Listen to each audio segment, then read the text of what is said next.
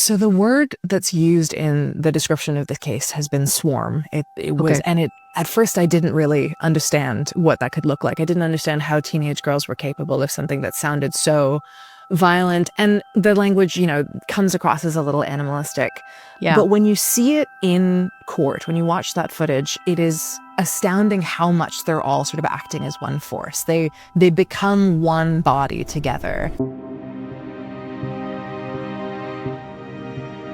If you were in the Yorkdale Shopping Centre in Toronto on December 17th, 2022, you might have come across what seemed like a very normal scene. A group of teen girls hanging out. They were a bit loud, a bit obnoxious, just like a lot of teens tend to be. The group would eventually disperse. Some would go to a house party, but 8 of those girls, their night would go in a very different direction. One that would end with them being arrested for murder. The news of that night shocked the city, not only because of what happened, but who had done the killing. Journalist Inori Roy wrote about it for the Walrus magazine, and she's here to help us make sense of that night. I'm Kathleen Goldhar, and this is Crime Story. Inori, welcome to the podcast. Nice to have you here. Thank you so much for having me. So let's talk about December 17th that year. Can you sort of walk me through what happened? Let's start at Yorkdale Mall. So in a group chat of about 30 or so teenagers, a bunch of people had decided to meet at Yorkdale Mall ahead of going to a party that night. So they met, we didn't know if they planned to get as drunk as they did, but over the course of the evening, the girls were drinking.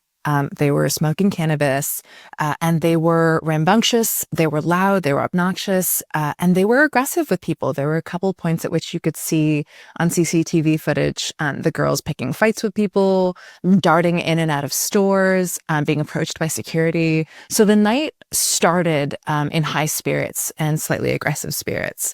And from there, the girls sort of ferreted away into a staircase, and they drank some more and they smoked some more, and they went out to an LCBO. And somehow acquired even more alcohol. And then eventually, as they approached the subway station, they whittled down to the group of 8 that would eventually find themselves downtown. How old were these girls, especially the group of 8? Do we have the range of age there? They were between 13 and 16. And were they all together? They know each other from high school, or how did they know each other? So it was a disparate group. Some of them were really close friends. Some of them had known each other for a really long time, years and years. Others were newly acquainted. They'd barely known each other at all. There was one girl in the group who was a considerable outsider. She didn't really know any of the other girls very well. But they were all sort of a motley collection of friends and friends of friends who all had this sort of common interest of partying that night. Okay. So they leave the mall. And for those who aren't in Toronto, Yorkdale Mall is like a bit of a suburban mall. It's quite large. There's a subway station right there. And it is like a typical mall, a place where a lot of teenagers tend to hang out. Exactly. And it was the first Christmas season back from pandemic lockdowns. It was 2022 December. So it was extra bustling. Everybody was there. There was a sort of sense of freedom. And my sense was that the girls, being teenagers who had spent the last 2 years in lockdown and spent their schooling time in lockdown, were testing the boundaries of that freedom. And so I think that they were in an environment that was extra busy and extra loud and bustling because of that. And they themselves were also testing those, what they were able to do with the freedom that they had that night. That's so interesting. And I know the stimulation, even as adults, was a lot when we first started coming back. So I'm guessing teenage brains that had been sort of isolated for 2 years, to be in that environment probably would have been like a drug on its own, was just to be in a place like that. Exactly. There's no way to quite quantify the effect that the pandemic had on these girls, but there was certainly a sense of they wanted to know what it was like to be out and to be, independent. And they sort of took it and ran with it in a direction that no adult would really have wanted them to. No. Okay, so we leave the mall, we get onto the subway.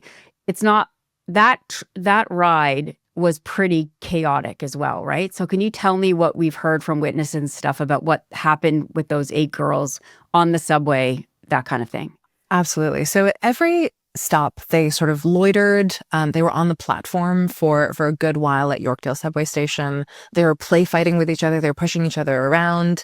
In the CCTV footage, you see them sort of running up and down the platform, sometimes getting, scarily close to the tracks. And there's a sense of, these girls are teetering on the precipice of being a danger to themselves or other people. They're pushing each other around. They're flashing sharp objects. One of the girls, it turns out, had brought a blue knife with her, a tiny sort of self-defense weapon, the kind of thing you could probably get on Amazon for like $15. Another girl had pepper spray and a taser. And so they had weapons. They, were being aggressive of one another. They were completely inconsiderate of other passengers. And then eventually security told them off. They got on the subway and they stopped at a few different stations on their journey down and did this a couple different times, a couple different ways. So it's a sort of hour's journey from North York into Toronto. They stopped a few times. They harassed a homeless man on one of the platforms. They fought with passengers inside the cars. They got in and out of the train so often that the subway was delayed. They were told off many times by security. Security even noticed them carrying these big bottles of alcohol with them. In the CCTV footage, one of the girls was holding a bottle of Crown Royal that was essentially the size of her head.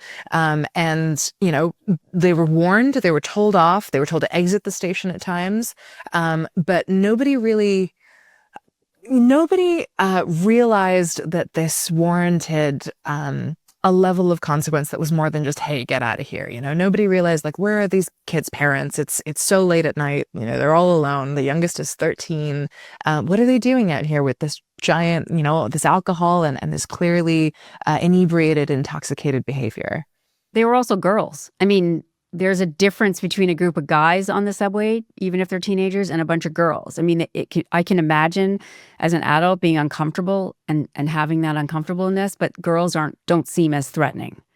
Absolutely. And I think there's a lack of imagination around the kind of violence that girls are capable of. And so I don't think anybody presumed that they would be violent, even though they were, as the ride went further south, their behavior escalated. They started pulling hair, they started randomly attacking passengers. And so the signs were perhaps there, but nobody really suspected.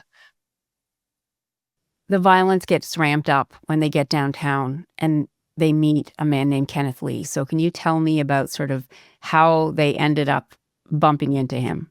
Mm-hmm. So Kenneth Lee was out with someone named Erica Tong, who some report was his friend, others report was his girlfriend.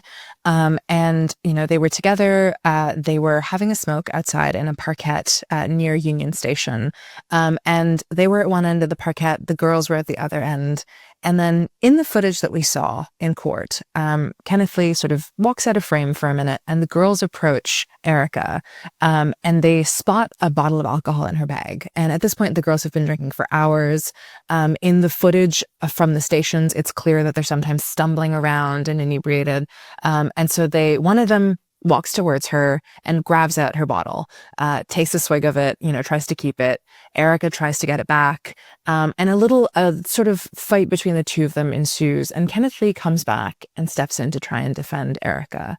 And from there, the girls become extremely aggressive. They hate that he has, stepped in and that he's sort of gestured that he's willing to defend her. And so all of the girls come together and they attack him. What do you mean they attack him? Tell me about what that looks like. So the word that's used in the description of the case has been swarm. It was, and at first I didn't really understand what that could look like. I didn't understand how teenage girls were capable of something that sounded so violent. And the language, comes across as a little animalistic. Yeah. But when you see it in court, when you watch that footage, it is astounding how much they're all sort of acting as one force. They become one body together. Wow. They're all hitting him. They're kicking at him. They're punching him. They push him into a corner, and then one of them gets on top of a planter and sort of jumps on him, which is an incredibly violent thing to see anybody do, let alone a teenage girl. They're whipping at him so hard that they all start to blur in the footage. There's a few phases to the attack. At one point he tries to break away from them and they regroup and they all become this one line, and then they all come forward towards him again. And it was so clear that they were building off of the energy that they all had. They were all, responding to one another. Each person was escalating the other. At one point, someone picks up a pylon to hit him with that. Another person hits him with a bag of stuff that she has. And then the weapons come out. So earlier in the evening, a couple of the girls seem to have shoplifted sort of nail kits or aesthetic kits from Shoppers Drug Mart. And inside those kits were small cosmetic scissors. You've probably seen them. They're probably in your bathroom. Yep. They're like 5 centimeters. And one of the girls lashes out and she hits him. She sort of slashes at her arm twice and hits at him. And it's a tiny scissor. It's a clumsy attack, but somehow, to the worst possible misfortune. The scissor went between his 5th and 6th rib, which is the closest to your heart, and it penetrated his lung and then his heart. And the court was never able to tell if the girl had intended to kill him. There was no sense that she had known what she was doing. But he did sort of have a direct attack to the heart and started to bleed out. Wow. I mean, that is how long did this last? The whole thing was maybe 3 minutes. Wow. Which seems like such a short time, but in the attack, watching the footage, it's excruciating. It must feel long. Someone suffer for that long. Did anybody try to step in? Like, what happened? Where was his friend Erica? Like, what was happening around while this was going on? Yeah. So Erica was standing back. She was panicked, in the months after, no one was able to find her. So she didn't show up in court. But there was a clear indication that she was panicking and she was crying afterward. The person who stepped in to intervene is Melissa Alexander. She was a worker at the shelter hotel where Kenneth Lee had actually been living. He had been homeless in the months before he died. And he had been staying at the shelter hotel, and Melissa Alexander was finishing her shift, and she was walking out of the hotel and realized that there was a commotion going on in the parquet, and she approached, and she was the one who broke up the fight. She called the girls off, she told them to go, and they all sort of drew away as she came into the scene. I mean, that's scary enough for her. I mean, I guess that's pretty brave. She was incredible. She approached in the footage with such a lack of hesitation. I truly, if there is a hero in this extremely grim case, it's always been her to me. You mentioned that Kenneth Lee was homeless in the months leading up to his death. What else do you know about him? Yeah, his family provided statements in court during the trial. What we know about him was that Kenneth was, he was one of 2 siblings. His sister described after his death that he had perhaps been, spoiled or overindulged, raised by his parents. And so he struggled sometimes with decision making, and the circumstances that led to his homelessness were tricky. He really wanted to go out and learn to be independent. And so it had actually been quite a brave thing for him to leave the sort of security of home, his sister describes. And he had really wanted to, get his life together and then come back home. And he had told his mom just a week before he died that he was planning to come home around the holidays. And so he'd been on hard times. He had been homeless. He'd been in and out of shelter hotels, including the one that he was stabbed sort of just 100 feet in front of. Yeah. But he was, a loving uncle. His nieces and nephews describe significant mental health issues after his death. His mother was absolutely sort of shattered by it. She was a shadow of herself. And so in court, you really heard the massive impact that an event like this can have on a family and on extended family, on relatives, and on loved ones. Yeah. How did the police narrow it down and figure out who was involved in this attack? I mean, you talk about it being CTV, it was night, it probably wasn't particularly easy to identify these girls. Tell me a bit about how they figured out who they were. Yeah, so Kenneth Lee eventually died in hospital. So the police knew that there was a man who'd been attacked and who had died in the hospital.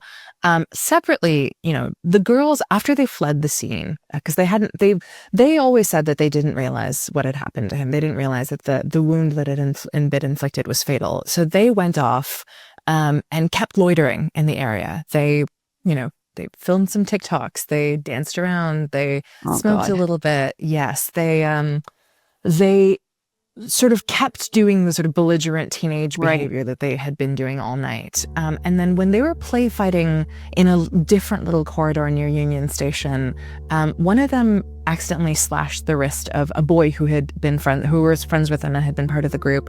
They were play fighting, and he, received this massive injury to his wrist. And they all immediately in the footage, you can see them all realize that something very bad has happened. So they're not unaware of the effect that they can have. You can see their posture sort of straighten up. They become very panicked immediately. They go find an authority figure. The security at Union Station calls for paramedic help. And then the boy is eventually taken to Sick Kids to be attended to, and the girls follow behind. So it's now 1, 2 in the morning. There's 8 teenage girls and a boy at Sick Kids getting treated for a large knife wound to the arm. And the police start to put together that, wait a minute, the group of 8 girls was also described as being at the scene when Kenneth Lee had been stabbed. And so there was a sense that these 2 cases are probably related to one another. The police arrive, and slowly all of the girls start to get arrested at around 3 in the morning on December 18th. And what are they all charged with? Initially, they're all charged with murder. It was only much later, as the sort of details of the case were unveiled, that the girls were assigned different levels of responsibility. But initially, they were all given the charge of murder.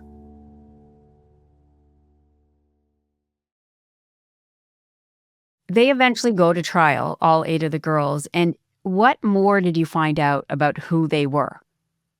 So I'd been asking myself this a lot, in the course of going into this case. I'd wondered, who do the girls have to be to have done something like this? What must they have gone through to be violent like this? And the truth is, nothing that we found out during the trial really helped satisfy that question. We don't learn much about, where they're going to school or where they live. The general understanding is that they're from the suburbs.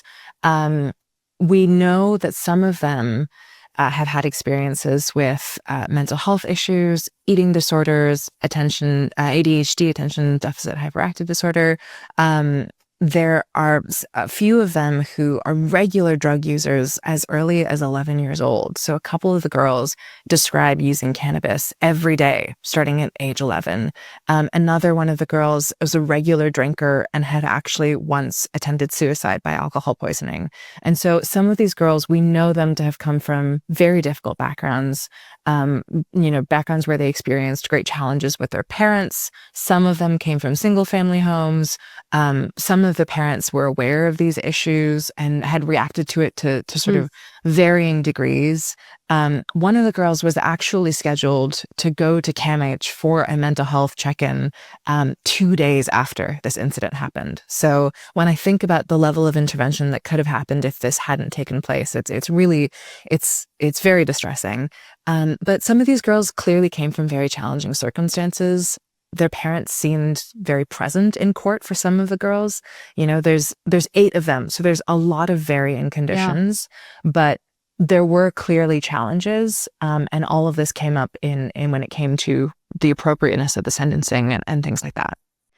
Where did they place the blame? Was it the individual girls who got together and were, problem girls who led to this, or was it a mob mentality thing that was more there to blame? Like, did they even have to? Maybe they didn't, but I'm just curious about where they sort of place those 2 ideas. Because I mean, it's one thing when one person attacks another, right? You can really focus on that one person, but there is a mob mentality that has clearly gone into this attack.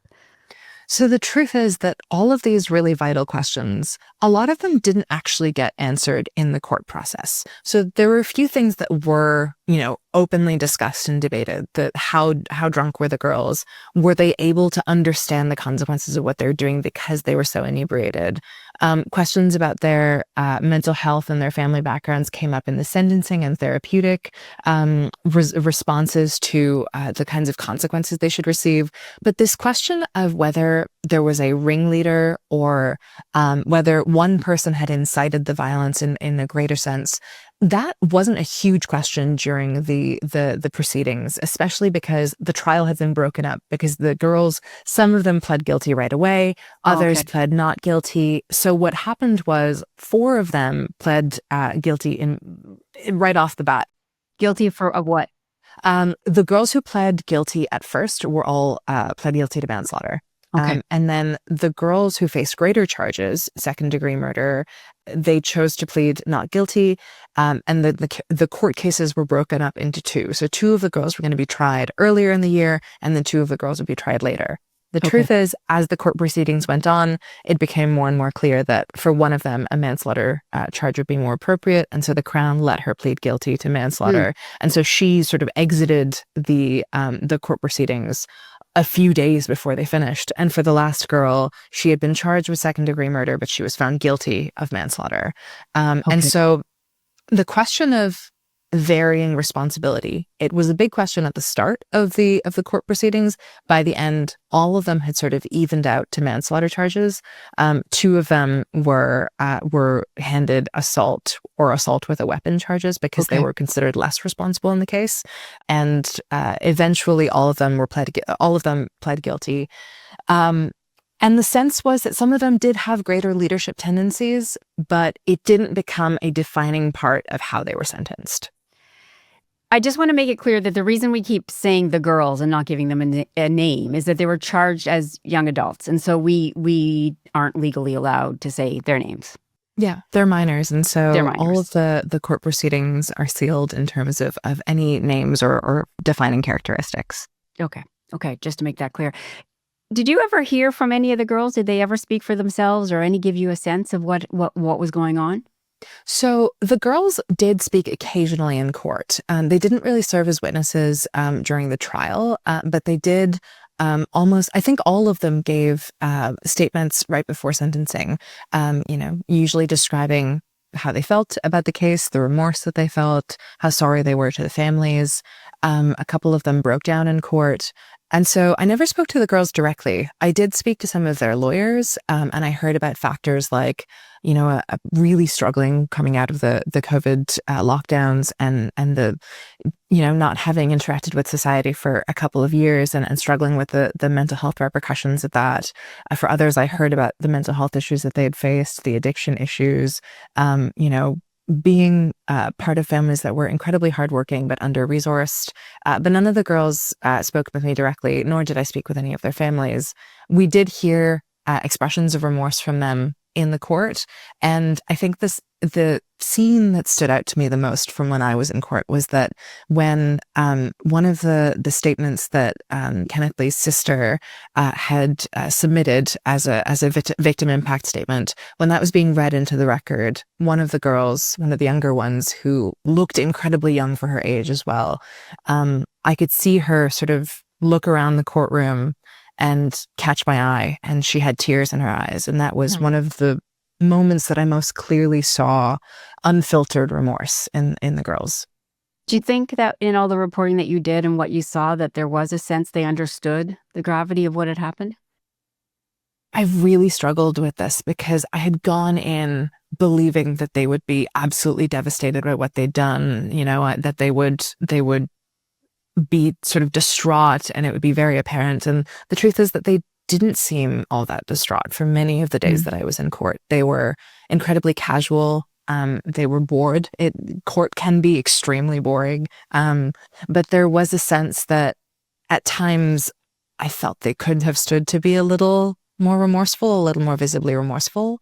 Like you report on how they presented themselves even in court physically. Yeah, they all dressed very casually. They were in sweatpants and hoodies, and they, the best I saw was a white dress shirt tucked into like leggings.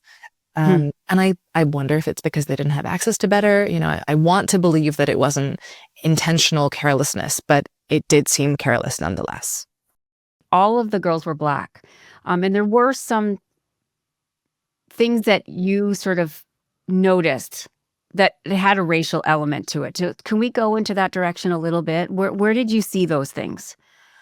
When I spoke to child development experts and social workers and people who are, well versed in the impact that race can have on development and youth, a lot of what I heard was about how these girls were acting out in ways that you could feasibly understand as being a cry for attention, Hmm. and that sometimes attention, even negative attention, is good because it is attention, and that especially for a demographic as vulnerable and as neglected by society and undermined by society as young Black women, they're two factors at the same time. There's internalized racism. You're hearing things from the media, from your society, from educators, adults in your life, and then also, and you're repeating those ideas to yourself. The external and internalized racism can come together and result in, you sort of enacting the bad behaviors that you believe society expects you to.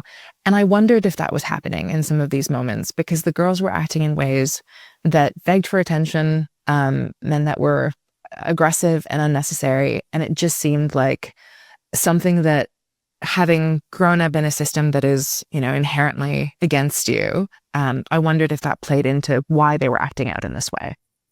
And how about the media coverage afterwards? Because it was a big shock to the city. I mean, just on its own, 8 girls, young girls, kill a man in the middle of the city in a swarm. I mean, it's a scary and upsetting thing. But there were what you felt were racial elements to the coverage. So it's interesting. I don't know if I would say that the elements were racial, because nobody really talked about the fact that the girls were Black.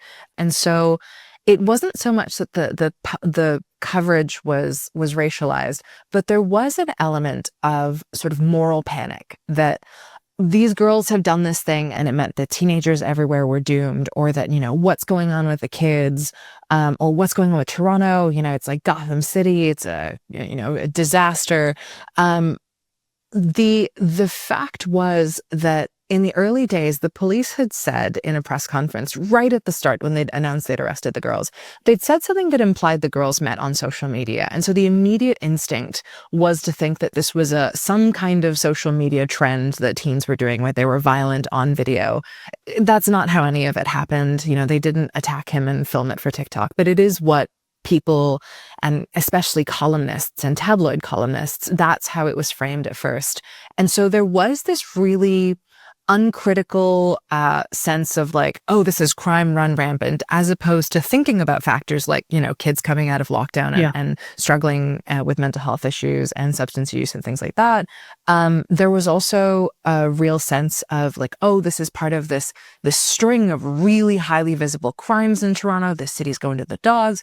There were a series of highly visible incidents on transit where extreme violence took place that was uncharacteristic of what the city used to be. But the truth is that the numbers in 2022 were actually quite similar to what they'd been in 2019. Overall, crime had slowly been rising even before 2019. It had dipped slightly during the pandemic, and then it had come back in 2022. So we weren't looking at, earth-shattering numbers at that time. Yeah. What we'd looked at is instead an extremely visible trend in the media of talking about crime running rampant. And so all of those factors together made the coverage, sort of sensational. There was animalistic language used, especially with swarming being the key word here. There was a description. The girls were described in ways that bordered on inhuman. And there wasn't much time or attention paid to, why they might have done what they did, or what could have driven them to it, or what might be going on in their lives such that they would come to this event. And so part of what my aim was to really counteract the sensationalism with trying to walk through how something like this could possibly have taken place. I think I know the answer, and you've sort of hinted at it as we've been going on. But if you just have to answer that question straight on, how did something like this take place? It's really hard to say, and sometimes the complicated answer is the more boring one, and I recognize that. But the truth is, I think the girls were incredibly intoxicated, and they were really, really irresponsible, and they were building on each other's energy throughout the evening, and on this sense of having a vendetta against the world, possibly for wrongs that had been done to them. They wanted power, They wanted to feel like they had power and agency. They wanted to show other people that they were forced to contend with. They wanted attention. And they didn't realize the full implications of what that could do and the harm that it could cause. Were the girls sentenced? What was the final result for them? So the girls were sentenced to between 9 and 24 months of parole. None of the girls actually went back to jail. So they'd all been in pretrial custody, which is a very common occurrence in Ontario. So the girls spent between 50 days and almost a year in pretrial custody, depending on which girl you're talking about, which means that they were kept in custody in youth detention before they were given bail. And so in Ontario, those days are then taken away from your final sentence because you've served them already. But because the girls, while they were in youth detention, were regularly strip searched several times over, that strip searching was considered to be a violation of their human rights. And so there was an entire parallel court case actually happening at the same time as the case was on trial about the sort of effect of the strip searching on the girls and whether it was legal, whether it was, violated their charter rights. And ultimately, the amount of time they'd spent in pretrial custody was magnified because of the strain and the trauma they'd experienced in those strip searches, which meant that essentially all of them had served out the sentences they would have been given. Sentencing for jail time for minors is already quite low. And so none of them went back to youth detention. They were all on parole, and they all of them had sort of therapeutic plans in place. So they were going to regularly for the next year or even more in some cases meet with social workers, mental health workers. They would be given a guidance track on how to make sure that they didn't, commit offenses again, that they were able to receive the mental health support that they needed, that their families were able to receive the supports they needed to make sure that incidents like this didn't take place in the future. So there was, in fact, a strong therapeutic plan put in place for each girl. Too bad Kenneth Lee had to die to get these girls the help they needed. Yeah. And when you think about that senselessness, nothing that happened that night needed to happen. No. And the number of times at which someone could have intervened if that person themselves had the resources to do so. When you think about the number of times they were spotted by TTC workers who, if they weren't overworked and hadn't already seen like a dozen incidents like this, that same shift would have probably stopped to think, it's 11 o'clock at night and a 13-year-old girl has a bottle of Crown Royal and is on the platform like yay close to the edge, where are her parents? Can we call an adult? The number of times authority figures could have stepped in if our society was built with the resources to look out for each other in this way, if our society was built in such a way that Kenneth Lee wasn't homeless, hadn't gone through what he'd gone through, wasn't sort of out in the cold in the middle of the night. The level of failure by every person and by society as a whole, it really breaks your heart. The whole thing is it just makes no sense. That's what's so important about stories like this that you write. I mean, yes, it's true crime. It's really in the zeitgeist to tell these stories. But to me, what's so important about these stories is just what you've said. It's like pulling back the layers about why these things happen and how these things happen and where society lets people fall and then the bad results that come from that. Yeah. When we were conceptualizing this story, me and my editor, sort of late in the process, we were trying to figure out how to phrase certain things. And we happened upon this idea of, well, who killed Kenneth Lee? Yeah. Maybe in some way we all did. Yeah. Inori, thank you. It's really nice to meet you. I really appreciate the work and I appreciate you coming on the show. Thank you so much for having me. It's been a pleasure to be able to speak about this.